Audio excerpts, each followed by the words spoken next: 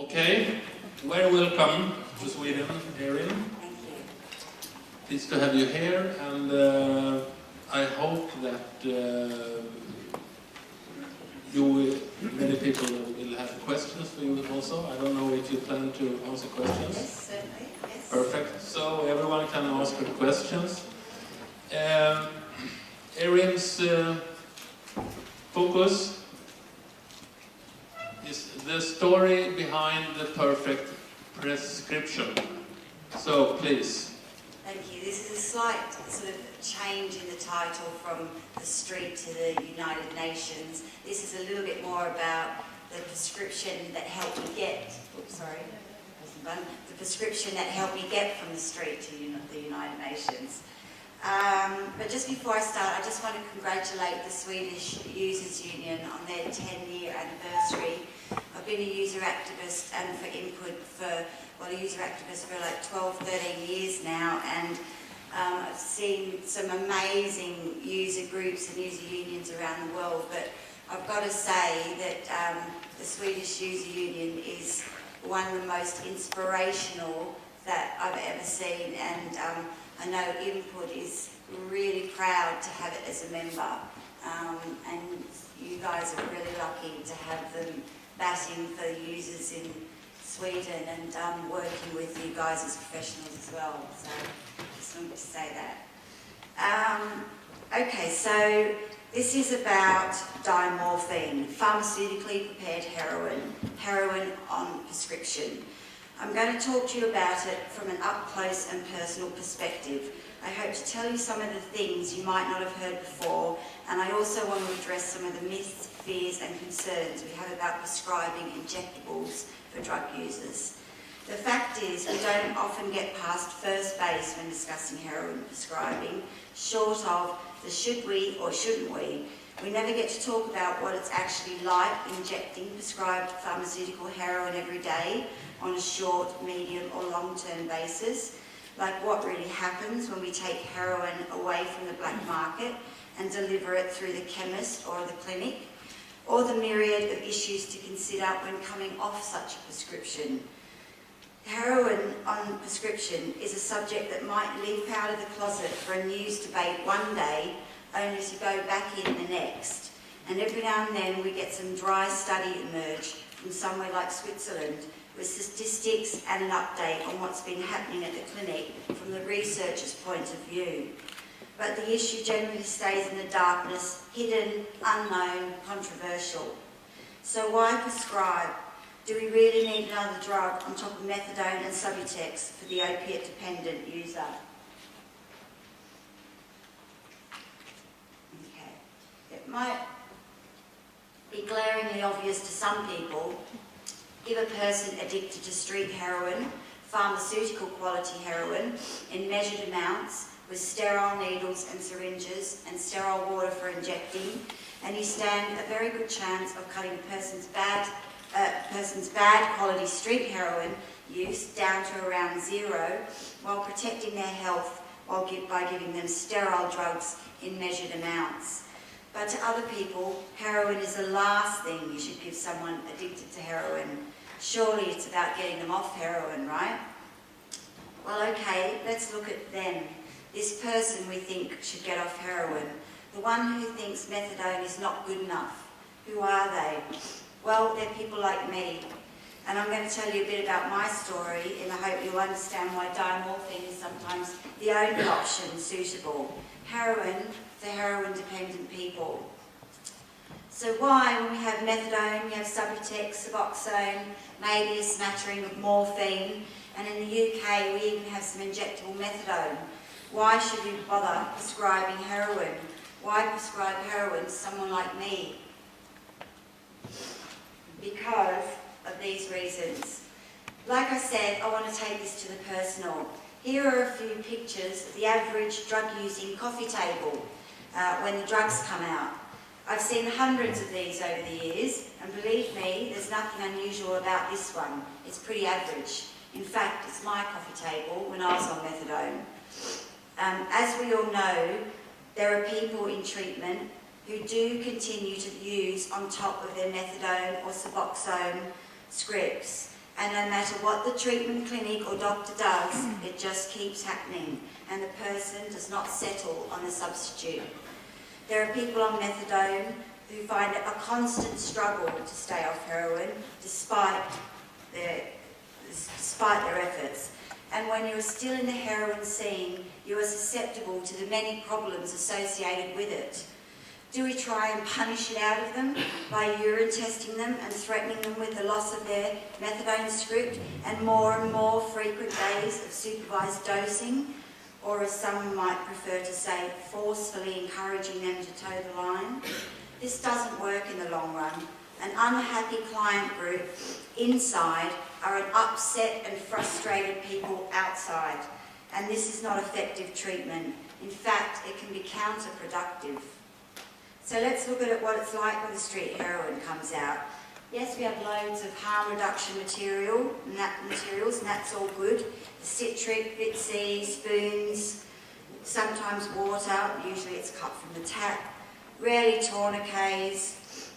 And when we bring street heroin into the equation, you have the planning around buying it, the time that can take, hours, all day sometimes, the cost of it, which means people buy in 2s and 3s, more people are involved and then they pile around to your house, the packaging and the need to split it, to throw it in a spoon or two, or chopping it up on the board to separate it, the difficulty injecting a dark brown liquid for brown heroin, and then adding extra syringes and spikes and tourniquets for people who have trouble getting a hit. And that's about everybody over 30, I would say, almost.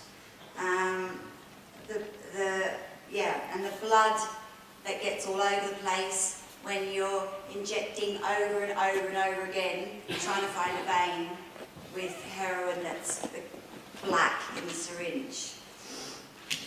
And because people are still injecting stuff, either on top of their methadone scripts in treatment or just bouncing around in treatment, going from one methadone clinic to another, failing the program, being excluded, getting frustrated, finding more and more substitutes to heroin as they are coerced off street heroin itself.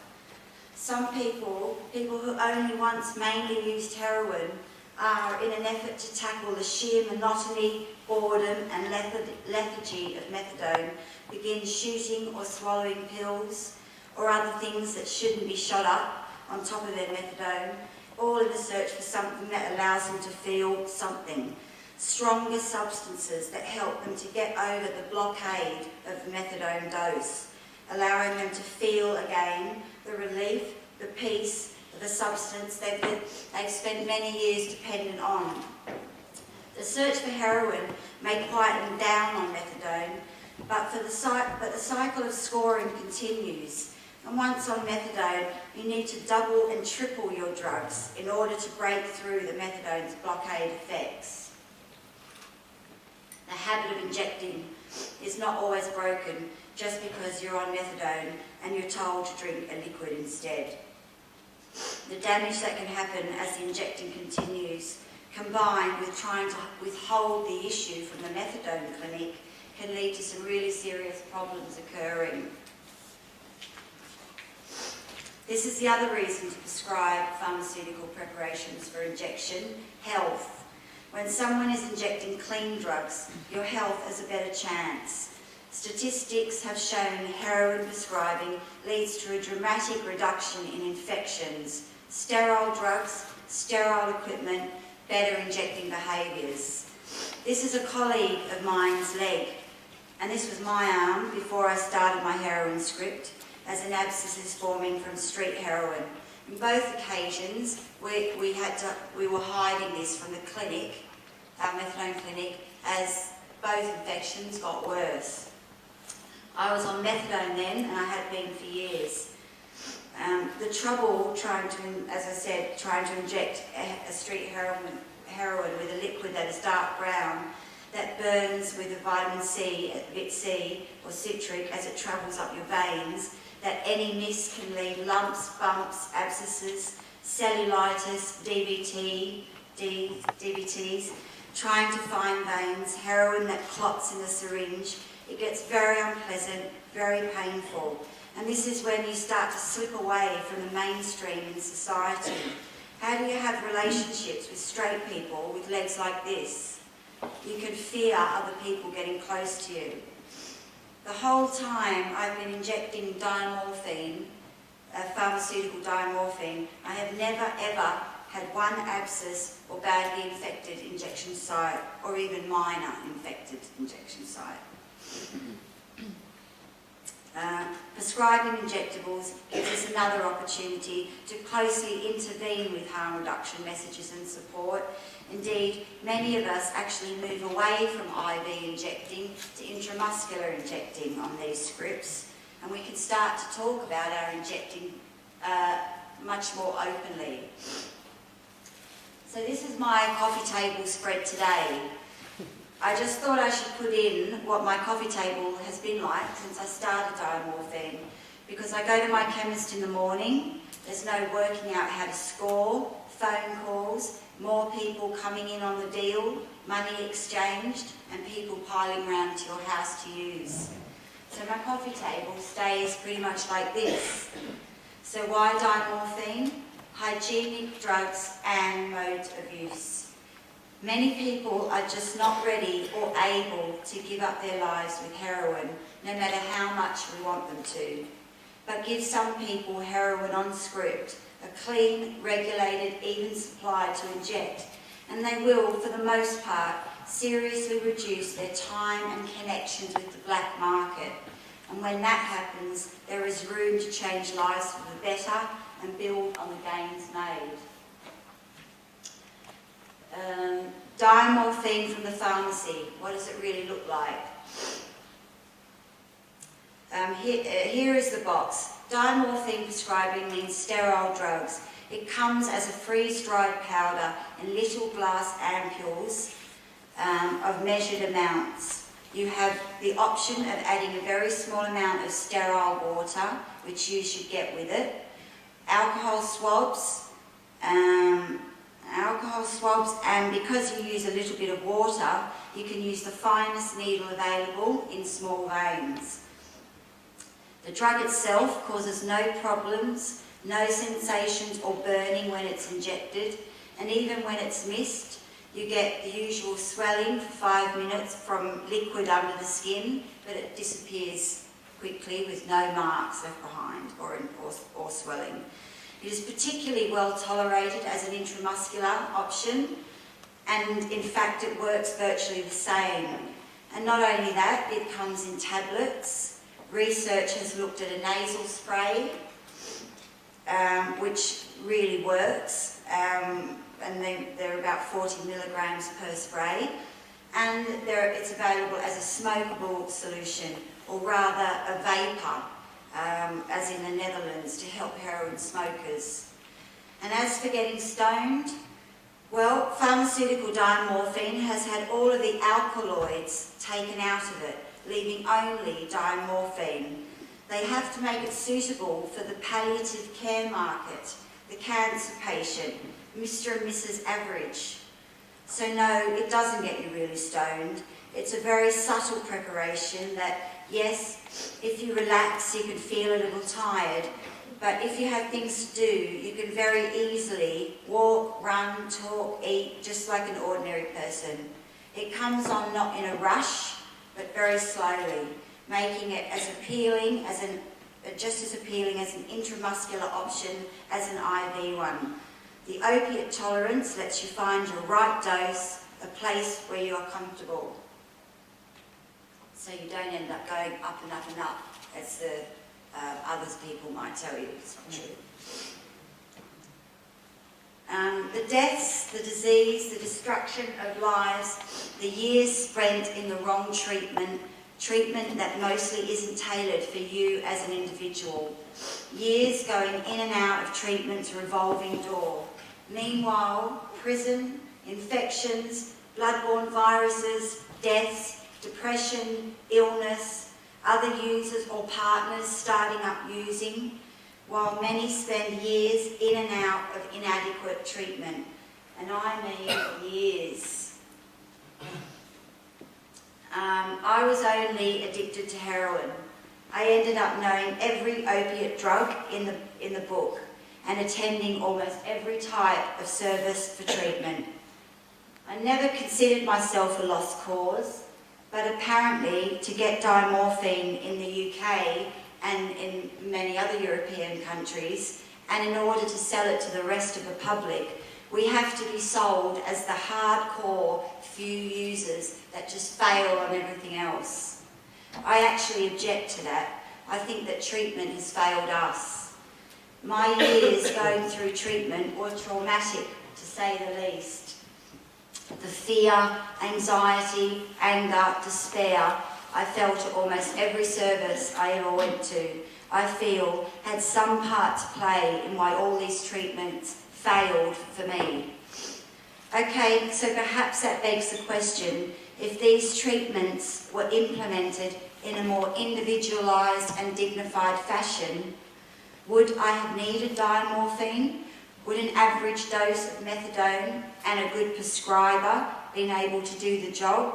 Well, maybe. We'll never know. But whatever the answer, it doesn't mean that there would have been no need for dimorphine, because there is one fact that remains the same. It's that, in actual fact, in order to have the treatment that is effective, useful and meaningful in your life, the right care is only half the equation. The right drug is the other half. A few more things to add there. Two sides to the equation. What makes good treatment work? The prescribing environment. I'm talking about prescribed dimorphine here. These things above, these essential elements, were all missing in my past treatment, with the exception of a few occasions, and I'm afraid that's the honest-to-God truth. The light bulb moment came for me one day when a doctor asked me, well, what is it that you think you need? And I nearly fell off my chair. That's when I said, well, it's heroin. That was when my journey to get dimorphine really began, and when I realised what it was I needed instead of being told. Dignity, dignity is an obvious one. You don't want to be made to feel small, scummy, like a naughty or untrustworthy person.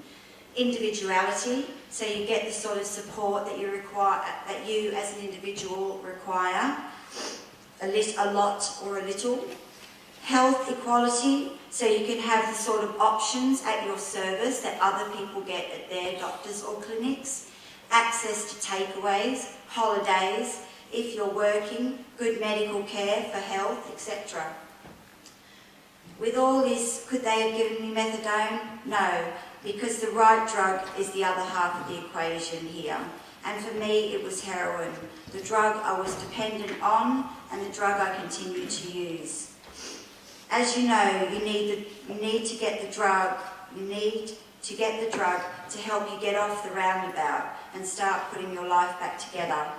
It is essential here, of course, that the drug is in the right dose, that it can be prescribed flexibly as well. Stability is never static. It moves and changes as our lives do, and our scripts need to be responsive to that. My doctor has been amazing, and there has been much to discuss and alter around my dimorphine script when I have needed to try something different, and that's been important to me. Whether it worked or not, it meant I was part of my treatment, and I really felt like it was me and my doctor working things out to suit me in the best way possible. And it has been by far the most successful period for me since being prescribed and entering treatment almost 20 years ago. But just quickly, I'd like to talk about the European experience. A few thoughts from our neighbours across the pond, or rather in Europe. Switzerland, I'll just speed through this because I know I haven't got that much time. In '94, a new project dealing with the treatment of heroin dependency was introduced in Switzerland. The heroin trial started just over 10 years ago, and recently the Swiss voted, after living alongside this for a decade, and 2/3 of the Swiss population voted yes to continue diamorphine. A group of heavy opiate addicts who had failed in previous medical therapies received heroin by prescription, supported by health and social services. The physical and mental health of the addicts improved on average during treatment, and improvement also took place in their social reintegration. A significant decrease in consumption of illegal drugs took place, and illegal activities declined massively. In the Netherlands, I just thought I'd mention the heroin prescription has been a regular treatment since 2006, and over 600 patients have been treated in one of 15 treatment units. Of an estimated 25,000 people in the Netherlands with a heroin addiction, 13,000 are treated on methadone programs, but for 8,000 of these, methadone treatment has been deemed ineffective because of criminality and other use of drugs.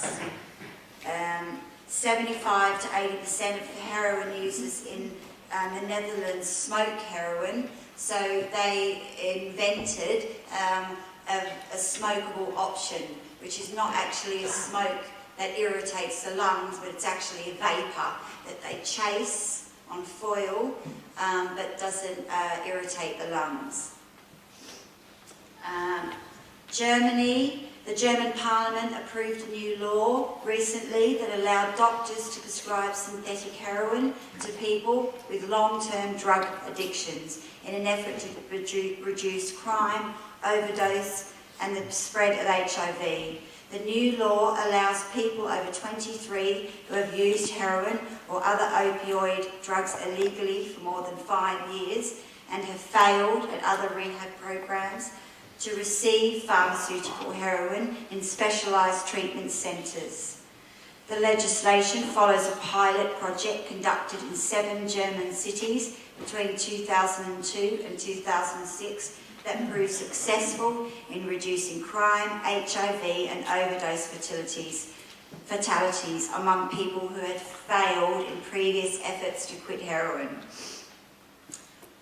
The riot trial in the UK, I haven't got a lot of time, but if anyone wants to talk to me about that afterwards, I can.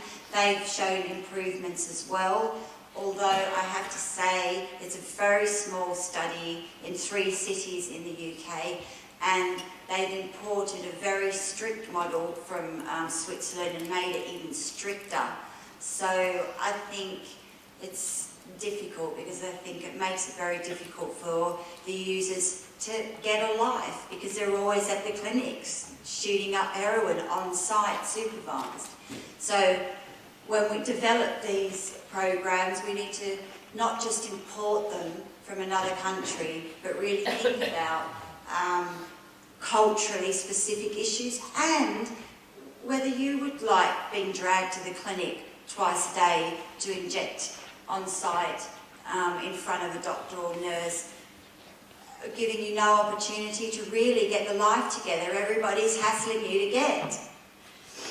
Canada, the North American Opiate Medication Initiative in 2009 compared oral methadone versus injectable diamorphine after a 3-year trial. Participants were randomly assigned to 3 different groups. The control group, who received oral methadone maintenance treatment, an experimental group who received prescription heroin, and a small group who received injection hydromorphone or dilaudid.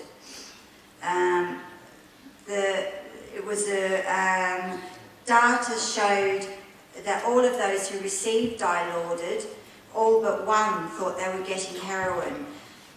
I think because of the cost and the pressure from the public, they and even though the results were positive, they scaled back their heroin prescribing, and they just call it by another name now. Most everybody there gets dilaudid or hydromorphone, which is, as I said, the users themselves in a study couldn't tell the difference between that and heroin on script. So that's another interesting option. You don't necessarily have to have diamorphine if the public find it too difficult and too radical. You can try something else.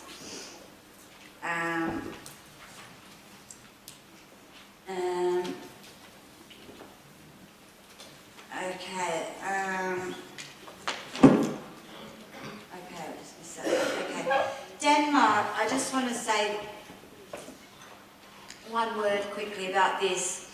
As you probably know, a bill passed a couple of years ago allowing heroin on prescription as a permanent treatment in Denmark, and £9 million was set towards it. It was propelled into action by a lot of things, the user union, one of them, but one of them was a story about this woman, Christine. She was a sex worker who was on a methadone program, who started taking benzodiazepines to increase the effect of methadone so she could use heroin on top and feel it, because she was still working as a sex worker on the street and it made her work bearable. But she started taking more and more benzos to get on top of the methadone and feel the heroin she was taking, and started working more often. She met a 71-year-old man who would pay her in benzos. He was a necrophiliac, so he made her take handfuls of them so he could have sex with her unconscious. And this was one of the stories in the paper that started to make people think, well, you know, some people on methadone clinics are still out there, they're still really vulnerable, and they need something else. The perfect prescription for me.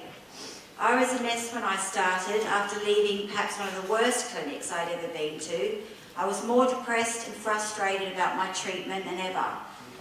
I was thrown out of the clinic for not getting with the program, and I tumbled into a mess that had been just kept on the margins at the last clinic.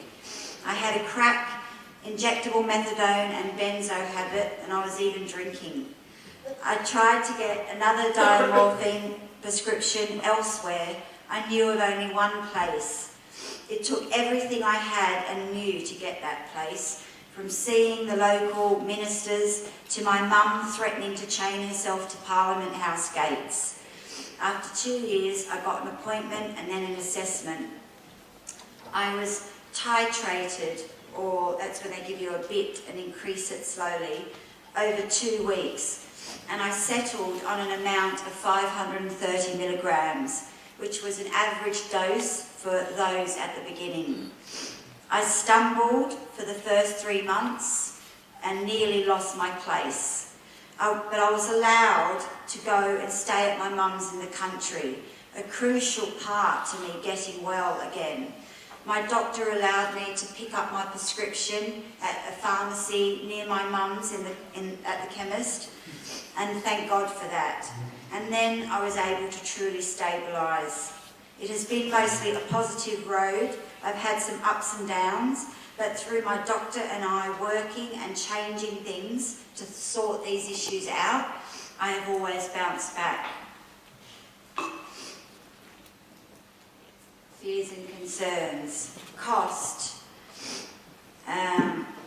Those who have studied the cost benefits have indicated that supervised heroin-assisted treatment is cost-effective. The relatively high treatment costs are counterbalanced by reductions in other costs, including reduced healthcare consumption, reduced costs of the judicial system, and a reduction in societal costs as a result from a sharp decrease of illegal activities. The total benefit per patient per year is estimated to be between 5 and 10,000 euros. But not only that, but we are already paying way over the odds in a drug war that keeps leading us backwards. Injecting, surely fixing daily can't be good. We can address this. The riot trial in the UK showed people's injecting behaviours improved, the same in supervised consumption rooms. People were not allowed to poke around trying to get a hit for hours, so the damage to veins were less. In the UK, they only allow you 3 attempts to get a vein, and if you don't get it then, you go intramuscular. And that starts changing your habits, and eventually you see a lot of users there swapping over to intramuscular, people who've been injecting for decades.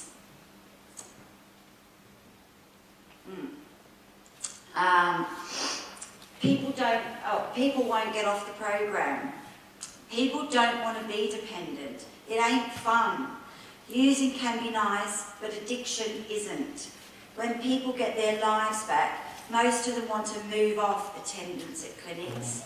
Even though I get mine at home, I want to get off as well, and I always hold it in my head that I will, and I will. Some other people think we're giving up on addicts. We're not giving up on addicts, we're saving their lives. And health risks, overdoses and seizures.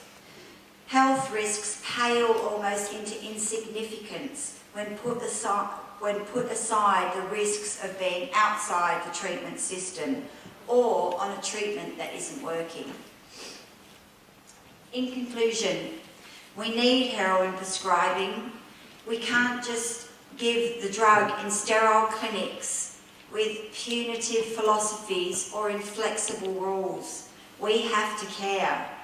Think twice before talking about us as the hardcore, resistant users who failed on everything else. Most of us just needed the obvious, the right drug and the right method of prescribing. Many of us have been failed by treatment. Think twice before holding it back for the end of the road users. Why should we have to wait until we've lost everything? Think of exit strategies to come off and programs that allow you to get back on if you don't make it coming off. And have flexible prescribing for those working, studying and travelling to help them get their lives back. Thank you.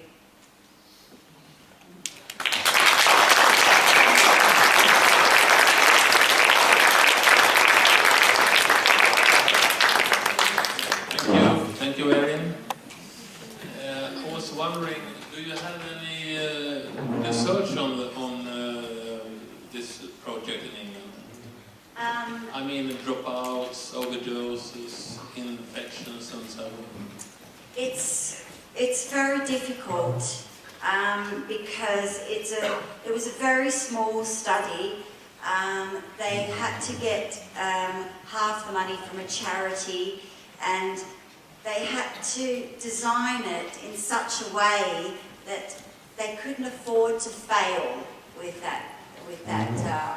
So the only thing the research looked out for was, in the study, was how much the reduction in street heroin. And of course, that's quite an obvious one and an easy one, because people, they use less street heroin. They've got pharmaceutical heroin. It's a no-brainer, really. However, anecdotally, I'm close to, I know the doctors there, my own doctor works there. People's injecting habits have been the biggest change that I've noticed, and people, as I said, that had been, that had the most horrendous circulation problems and vein problems, are injecting intramuscular now. It's a very good preparation for that. It doesn't give you, as I said, this big rush. It's very subtle. So there's really not much difference between an intravenous injection and an intramuscular one. So, yeah, it's been really interesting to see. And I've also seen with my own eyes people that hadn't been in work for 20 years, that lived on in their car with big swollen legs out here, going to university and getting work. I've seen that. Okay, and one more question. When you travel, I mean, you have needles with you and the morphine with you, the morphine with you. What does the customer say? Yeah, when I travel, I can't take it everywhere. I can only take it to some countries where they have the trials and diamorphine is allowed. And in other countries, even my own country, Australia, where I was born, I can't take it. They'd arrest me. Yeah, and to Sweden? I can't take it. They'd arrest me. You want to ask a question? Yeah, but what do you travel with then? Methadone tablets. Okay. Yeah. They give you methadone when you Yes. travel? Yeah. Okay. Yes, please. Yeah, hi. My knowledge in working with people who are on a prescription program in Holland, there seems to be less diversion of the drug as people in methadone programs. People in methadone clinics are more likely to divert and sell their methadone on the black market And to buy buy heroin. So Yeah. if you're on a heroin program, there's less of a need, or there's less diversion of people selling their heroin if they're on a heroin prescription program than people in the methadone program. There's a very easy way to monitor that. Sorry, Jason. But each methadone ampoule has a number on it, a batch number. And all you do is they have the batches that come in, they write them down, and you bring back your empties the next day. Simple. Okay, you can stand in the street and, you know, do this and mix up and give them, but it's, you know, it's not going to So happen. you have more of a problem with methadone programs opening up and people selling methadone that they get from the clinic than they would if there was a heroin maintenance program. Yeah, absolutely. Okay, thank you very much. Thank you.